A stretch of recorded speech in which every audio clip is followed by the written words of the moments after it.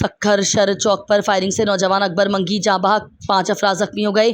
اہل خانہ نے لاش کو لے جا کر کمشنر آفس شکارپور کے سامنے احتجاجی مظاہرہ کرتے ہوئے دھرنا دے دیا۔ سکھر کے علاقے سائٹ ایریا تھانے کی حدود میں واقع شر چوک کے قریب نامعلوم مسلح افراد کی جانب سے سیلون پر اندھا دھند فائرنگ کی گئی، جس کے نتیجے میں نوجوان محنت کش اکبر منگی موقع پر ہی جاں بحق ہو گیا، جبکہ 5 افراد شدید زخمی ہو گئے۔ واقعے کی اطلاع ملتے ہی پولیس فوری طور پر جائے وقوع پر پہنچ گئی اور جاں بحق نوجوان کی لاش اور زخمیوں کو فوری طور پر اسپتال منتقل کیا۔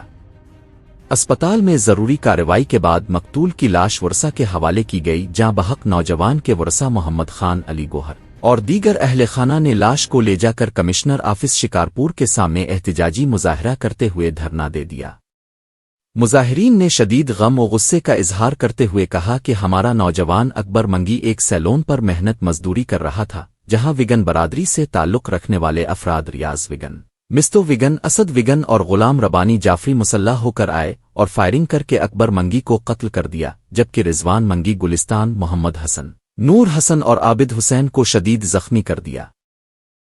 ورثہ نے الزام عائد کیا کہ حملہ آور واردات کے بعد موقع سے فرار ہو گئے اور اب تک قانون کی گرفت سے باہر ہیں۔